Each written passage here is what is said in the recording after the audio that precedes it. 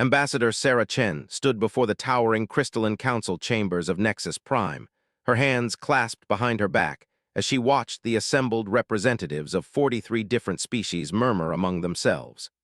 The Galactic Council had been humanity's introduction to the wider universe 3 years ago, and what a disappointing introduction it had been. The humans had arrived with dreams of cooperation, trade, and mutual advancement. Instead, they found a galaxy ruled by fear, bureaucracy, and an unspoken caste system that placed humanity firmly at the bottom.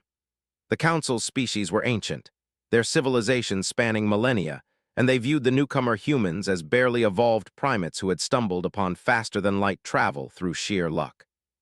Chen's earpiece crackled with the voice of her aide. The Zephyrian delegation is requesting another postponement of the trade negotiations. That's the 4th delay this month. She sighed quietly. The Zephyrians, with their elegant six-limbed bodies and iridescent scales, controlled the primary shipping lanes in this sector. Their constant delays weren't accidents. They were deliberate slights designed to remind humanity of their place in the galactic hierarchy. The council session began with its usual pageantry.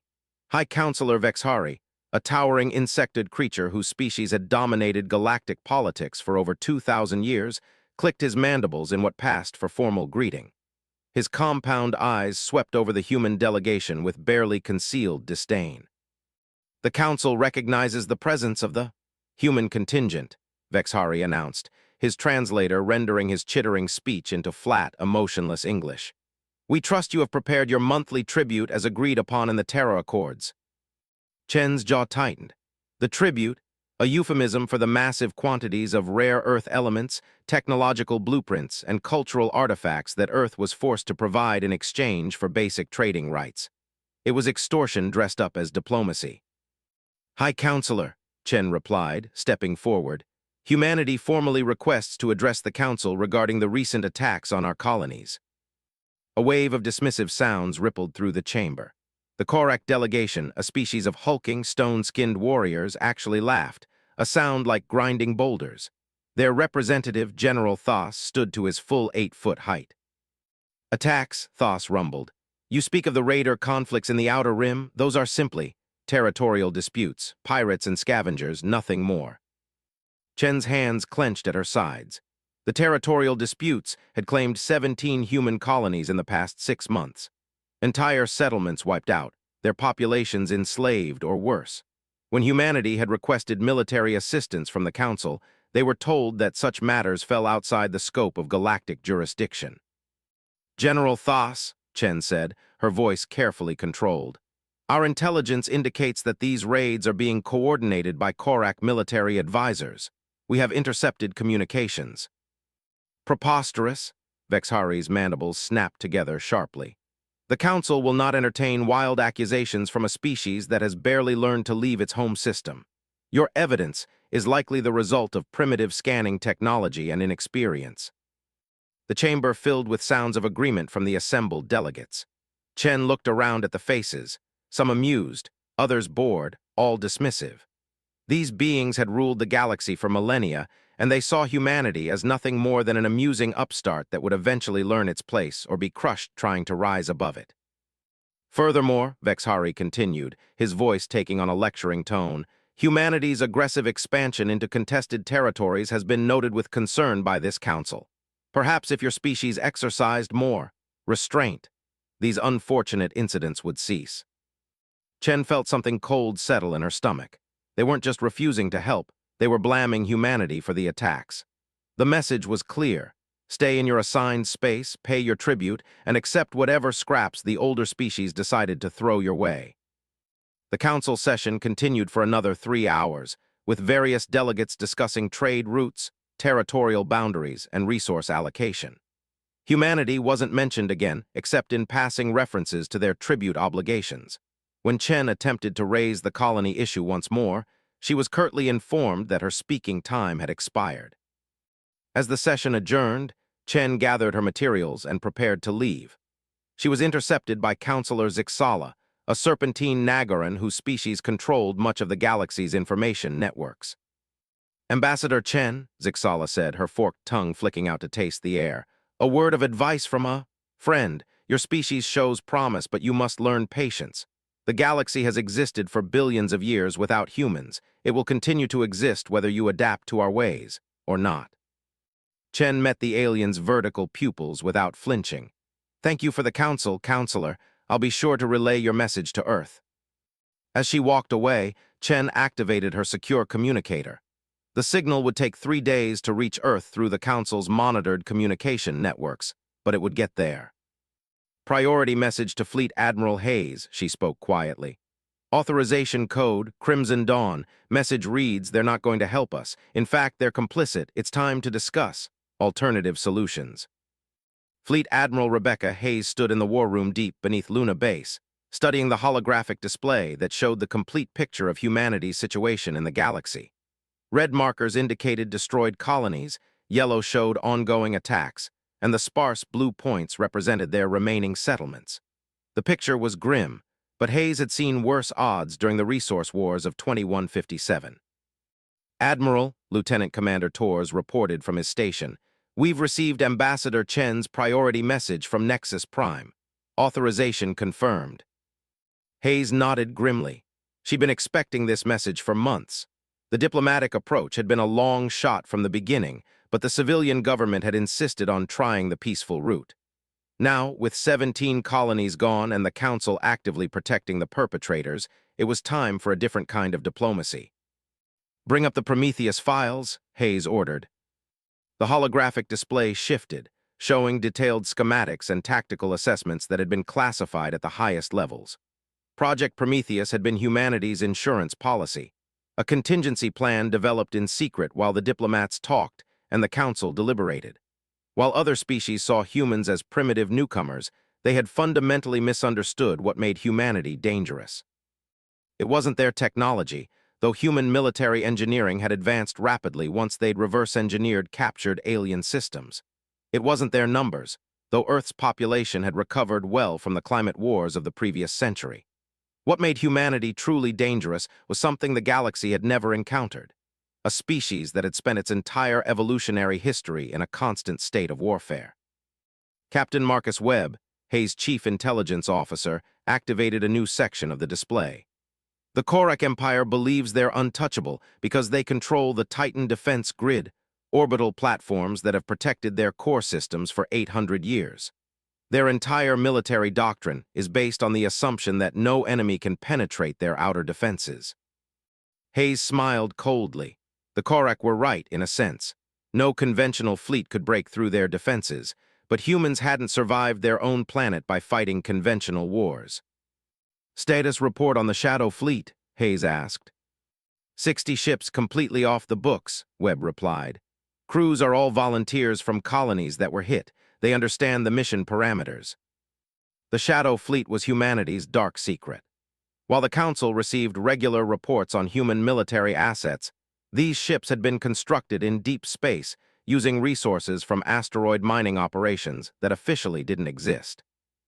Each vessel was equipped with technology that the galaxy's older species had dismissed as crude human engineering, adaptive AI systems, quantum tunneling devices, and most importantly, weapons designed specifically to exploit the weaknesses of established galactic military doctrine. And the Blackout Protocol, Hayes continued. Ready for implementation, Torres confirmed. Once we activate it, every piece of human technology in Council space will go silent. Their monitoring systems, trade networks, even their translators, everything with human components will shut down simultaneously. This was the genius of humanity's 3-year integration period.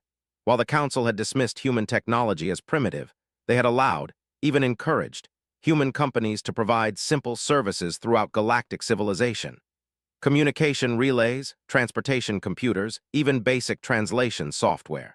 The galactic species were so confident in their technological superiority that they never bothered to examine the human contributions too closely.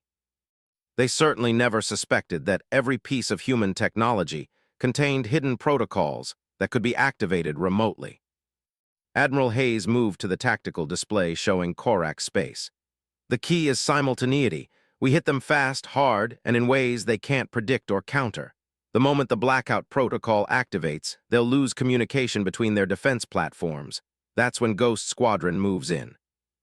Ghost Squadron was 20 ships crewed entirely by former Special Forces operatives who had cut their teeth in Earth's underground resistance movements. They specialized in missions that didn't officially exist and victories that could never be acknowledged. Their ships were equipped with experimental cloaking technology that worked by bending spacetime itself, a technique that older species considered theoretically impossible. The beauty of this approach, Webb added, is that the Council will never see us coming. They've spent so much time thinking of humans as barely evolved primitives that they've forgotten the most basic rule of warfare: never underestimate an enemy that has nothing left to lose. Hayes activated the communication array, opening secured channels to fleet commanders throughout human space. The faces that appeared on the screen were grim but determined. These were men and women who had watched their people die, while the galaxy's so-called peacekeepers looked the other way. "Ladies and gentlemen," Hayes began, "Operation Prometheus is now active. In 72 hours, we will demonstrate to the Galactic Council what happens when you mistake human patience for human weakness." Captain Elena Vasquez, commanding the stealth frigate Nemesis, leaned forward in her chair. "Admiral, what about collateral damage? There are non-combatant species in Korak space." "Our intelligence indicates that most neutral species have been evacuated from the primary target zones," Hayes replied.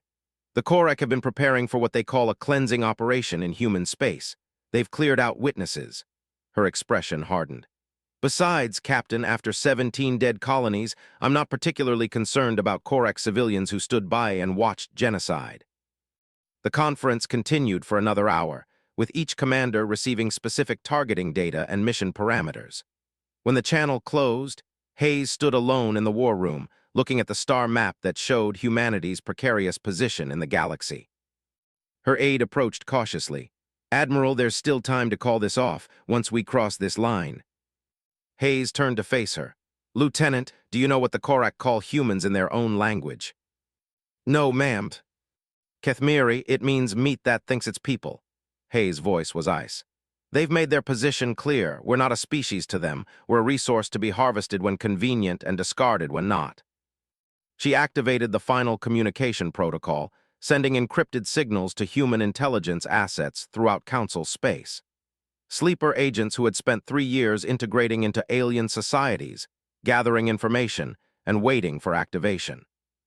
"In 72 hours, Hayes said quietly, "the galaxy is going to learn why Earth's history is written in blood, and why that's exactly the experience we need to survive out here." High General Thos stood in the command center of the Korak Imperial Fortress, a massive space station that served as the military heart of the Empire. Around him, dozens of technicians monitored the vast network of defense platforms, early warning systems, and patrol fleets that protected Korak space from any conceivable threat. "General," his aide reported, "our advance forces are in position for the final phase of Operation Stonehammer. The remaining human colonies will be eliminated within the week." Thos allowed himself a moment of satisfaction. The human infestation would soon be completely cleansed from the outer rim. Once that was complete, the Galactic Council would officially declare the territories vacant and award them to more deserving species. The fact that the humans had actually believed their diplomatic protests would matter was almost amusing. "Excellent," Thos rumbled. "And what of Earth itself?" "Our intelligence suggests their home system is defended by perhaps 300 ships of questionable quality.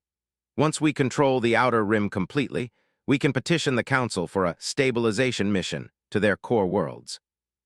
The Korak general nodded approvingly. Humans were individually dangerous enough. Their willingness to fight hopeless battles had cost the Empire more casualties than expected, but they lacked the infrastructure for sustained resistance. Once their colonies were gone, Earth would be isolated and helpless. That was when every display in the command center went dark. "What's happening?" Thos demanded as emergency lighting flickered on. Technicians scrambled at their stations, checking connections and running diagnostics. The lead systems operator, a younger Korak named Vex, looked up with confusion evident in his posture. "Sir, it appears to be a cascade failure in our communication networks. We're losing contact with defense platforms across all sectors." "That's impossible," Thos snarled. "Our systems are hardened against any known form of electronic warfare." Yes, sir, but the failures appear to be originating from the human-manufactured relay nodes. Every system with human components is shutting down simultaneously. Thas felt a chill run through his armored hide. The human technology had been so primitive, so obviously inferior, that Korak engineers had barely bothered to examine it.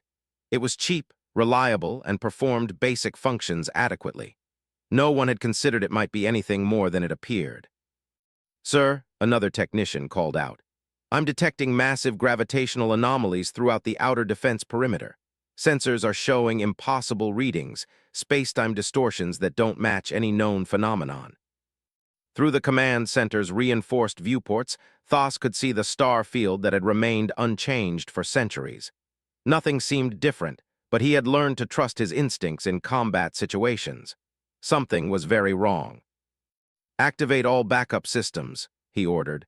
Switch to autonomous defense protocols, and get me a communication line to High Command immediately. As his orders were carried out, Thas watched his carefully orchestrated defense grid crumble. Platforms that should have been automatically coordinating their fire zones were operating in isolation. Ships that should have been receiving targeting data were flying blind. In less than 10 minutes, 8 centuries of military engineering had been reduced to scattered, confused units. That was when the real attack began. The first indication was a series of explosions along the outer defense ring. Massive orbital platforms, each one capable of devastating an entire fleet, simply vanished in bursts of plasma and twisted metal. The explosions came from within, as if the platforms had been destroyed by weapons already inside their defensive perimeters. How are they doing this? Vex demanded, his voice cracking with stress. Our sensors show nothing, no ships, no weapons signatures, nothing. Thas studied the tactical display, watching defense platforms disappear one by one in a pattern that spoke of careful planning and precise execution. This wasn't random sabotage.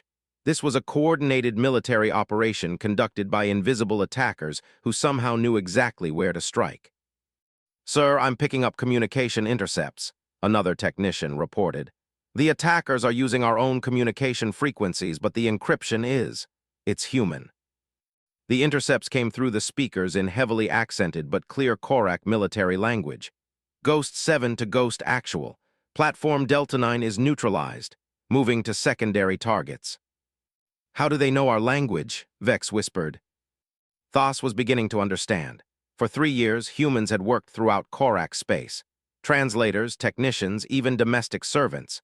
The Empire had welcomed them because human labor was cheap, and humans were too primitive to pose any security risk. But what if they hadn't been laborers and servants? What if they'd been intelligence operatives? The attacks continued with surgical precision. Critical infrastructure targets, communication hubs, command centers, everything that held the Empire's military machine together was being systematically destroyed by enemies who moved like ghosts through space. General, the communication officer called out, I have an incoming message on an open channel. It's in our language, but the source is human. Put it through, Thas ordered grimly. The voice that came through the speakers was calm, professional, and utterly cold. This is Admiral Rebecca Hayes of the Human Space Command. General Thas, you have exactly 10 minutes to order your forces to withdraw from all human territories and release all human prisoners. Impossible, Thas snarled into the communicator. You're primitives, you can't even see our ships, let alone destroy them. General, the human voice replied with what sounded almost like amusement. You've just learned the difference between primitive technology and primitive thinking. Your people have spent the last 3 years teaching us your weaknesses while we taught you ours. The difference is that our weaknesses were lies. As if to emphasize the point, another wave of explosions rippled through the defense grid. Thas watched platforms that had protected the Empire for centuries simply cease to exist, destroyed by weapons he couldn't see from ships that shouldn't exist. Your time is now down to 8 minutes, General. I should mention that we have similar operations underway in 47 other Korak systems. Your Empire is learning what humans call total war. Thas looked around his command center, seeing fear in the postures of his subordinates. The mighty Korak Empire, which had dominated this sector of space for millennia, was being dismantled by a species they dismissed as barely intelligent animals. What do you want? He asked quietly. Justice, came the cold reply, and a new understanding of humanity's place in this galaxy. The emergency session of the Galactic Council convened in chaos. High Counselor Vexhari's compound eyes darted nervously between the various delegates who had arrived in obvious haste. For the first time in over 1,000 years, the Council was meeting in crisis mode rather than its usual carefully orchestrated pageantry. The situation reports continue to arrive, Counselor Zixala announced, her serpentine form coiled tightly around her speaking platform. 17 Korak systems have gone completely dark. Their military infrastructure has been neutralized. The chamber erupted in agitated sounds from the assembled species. The Korak Empire had been one of the galaxy's most stable powers for centuries. The idea that they could be defeated so quickly and so completely was almost incomprehensible.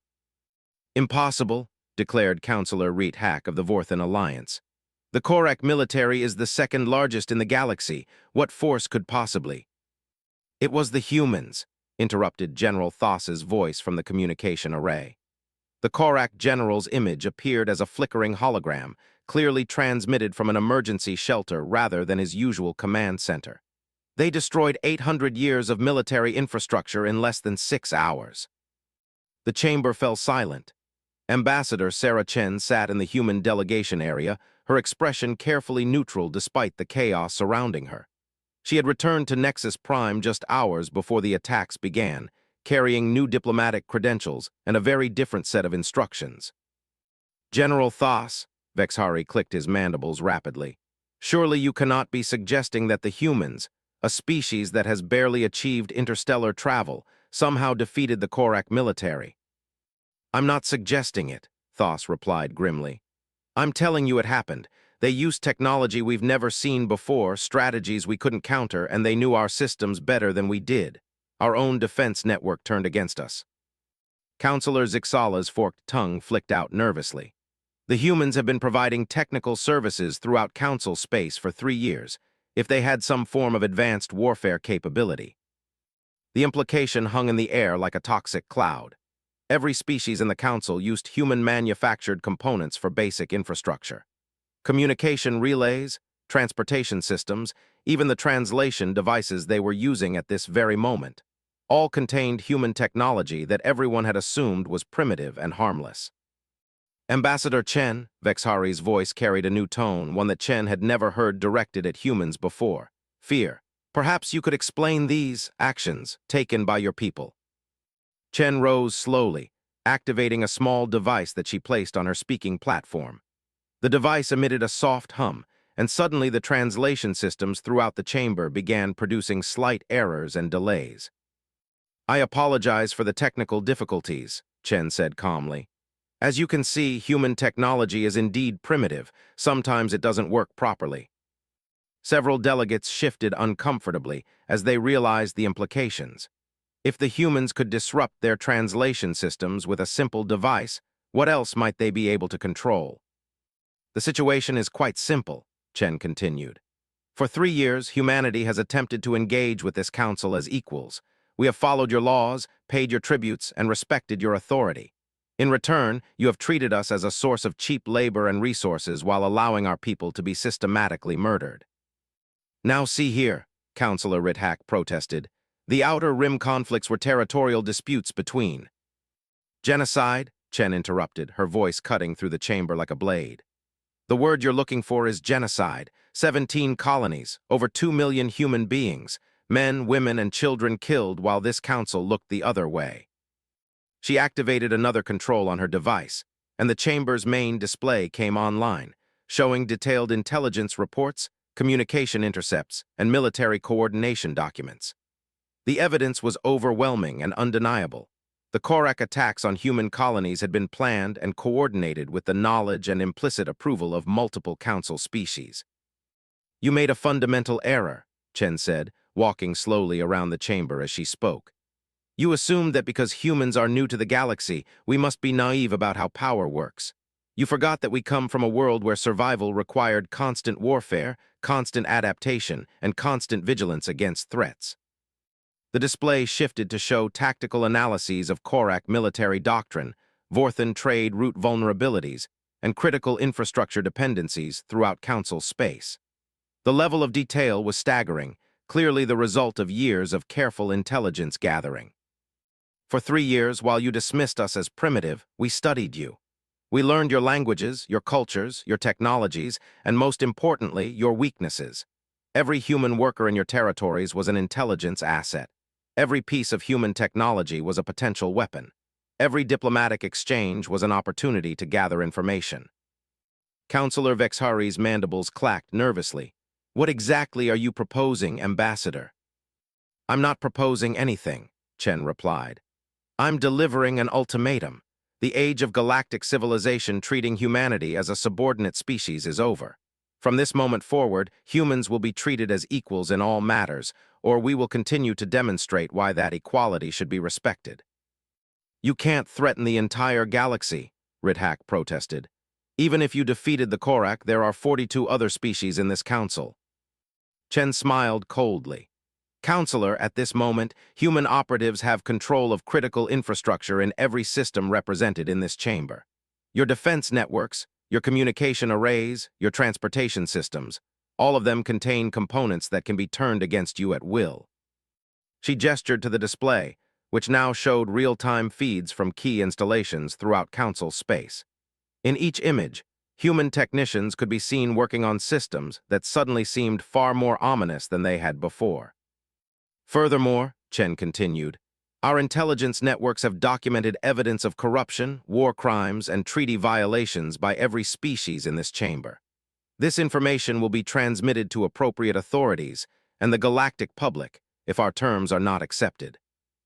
The chamber erupted in angry sounds from multiple delegates, but Chen's device emitted another pulse, and their translation systems began producing increasingly garbled output.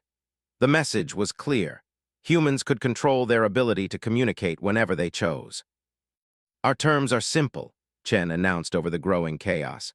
Full recognition of human territorial claims in the Outer Rim, reparations for the destroyed colonies, prosecution of those responsible for war crimes against human civilians, and a permanent seat on the Galactic Council with full voting rights.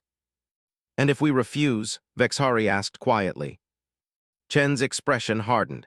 Then the galaxy will learn what humans call total war. We are a species that survived ice ages, asteroid impacts, global pandemics, and our own attempts at self-destruction. We have been fighting for our survival since before your civilizations existed. Do not mistake our preference for peace as an inability to wage war. The chamber fell silent as the full implications of humanity's revelation sank in. These weren't the primitive newcomers the Council had dismissed. They were a species that had spent millennia perfecting the art of conflict, and they had just announced their intention to reshape galactic civilization. 6 months after what historians would later call the human revelation, the Galactic Council chamber looked remarkably different. The most obvious change was the new seating arrangement. Humans now occupied a position of prominence rather than being relegated to the observers section. But the deeper changes were less visible and far more significant. Ambassador Sarah Chen reviewed the morning's intelligence reports as she prepared for another council session. The galaxy had adapted to humanity's new status with surprising speed, though not without considerable turbulence. The Korak Empire had been forced to cede significant territory and pay massive reparations. General Thos himself was awaiting trial for war crimes, along with dozens of other military leaders. More importantly, the revelation of humanity's true capabilities had triggered a complete reassessment of galactic power structures. Species that had dominated through technological superiority suddenly found themselves vulnerable to an enemy that fought with cunning, adaptability, and a willingness to exploit weaknesses that others considered unthinkable. Ambassador, her aide reported, the Zephyrian delegation is requesting an immediate meeting. They're claiming that human operatives have infiltrated their government. Chen smiled slightly. The Zephyrians had been among the most dismissive of human diplomatic efforts, constantly delaying negotiations and treating Earth's representatives with barely concealed contempt. Now they were discovering that several key advisors in their administration were actually human intelligence officers who had been gathering information for years. Tell them I'll be available after the council session, Chen replied. and remind them that our people are there as invited guests, working in positions they applied for and were hired for through standard procedures. The fact that those positions happened to provide access to critical government intelligence was simply coincidental. The council session began with High Counselor Vexhari calling for reports on the ongoing transition period. The euphemistic language couldn't hide the reality that the galaxy was being fundamentally restructured. Trade routes that had favored older species for centuries were being renegotiated. Military alliances were shifting as species sought to align themselves with humanity's growing influence. The Vorthan Alliance wishes to formally protest the human presence in the Kepler sector, Counselor Rate-Hack announced. Their expansion violates existing territorial agreements. Chen stood to respond, but she no longer needed to request permission to speak.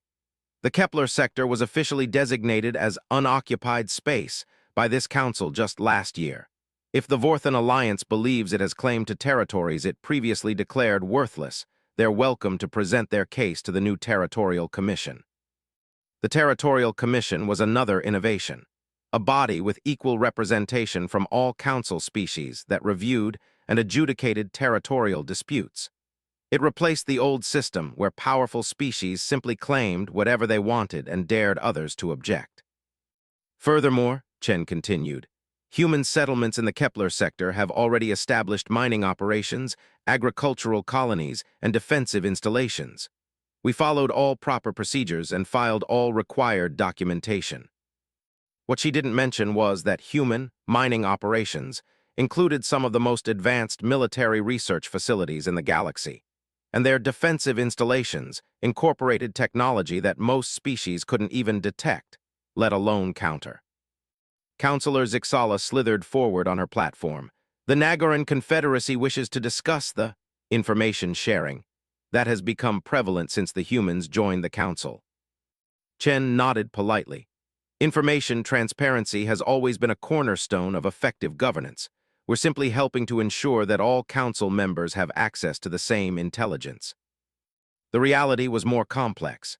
Human intelligence networks had proven remarkably effective at uncovering the various conspiracies, corruption schemes, and secret agreements that had defined galactic politics for millennia. Species that had operated through backroom deals and hidden influence suddenly found their activities exposed to public scrutiny. The Nagaran government is concerned about the security of sensitive information, Zixala continued carefully. I understand your concern, Chen replied. Perhaps if sensitive information weren't being used to exploit other species, security wouldn't be such an issue.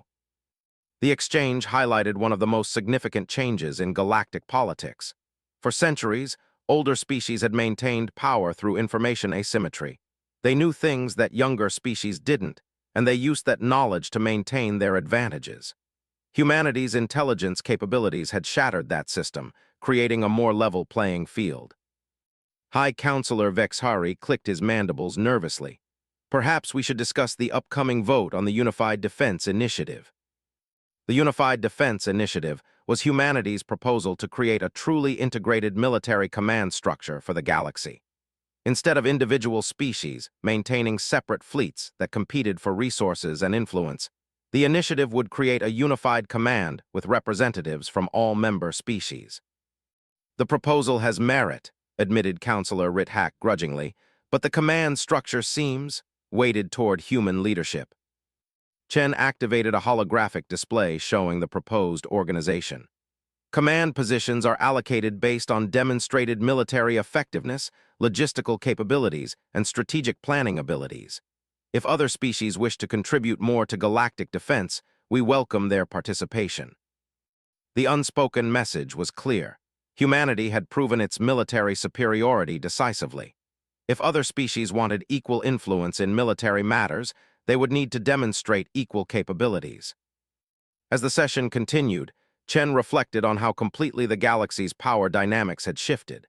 Species that had dominated through age and tradition now found themselves competing with a newcomer that had advantages they couldn't match. Adaptability, ruthlessness, and a deep understanding of how to turn perceived weaknesses into hidden strengths. The irony wasn't lost on her.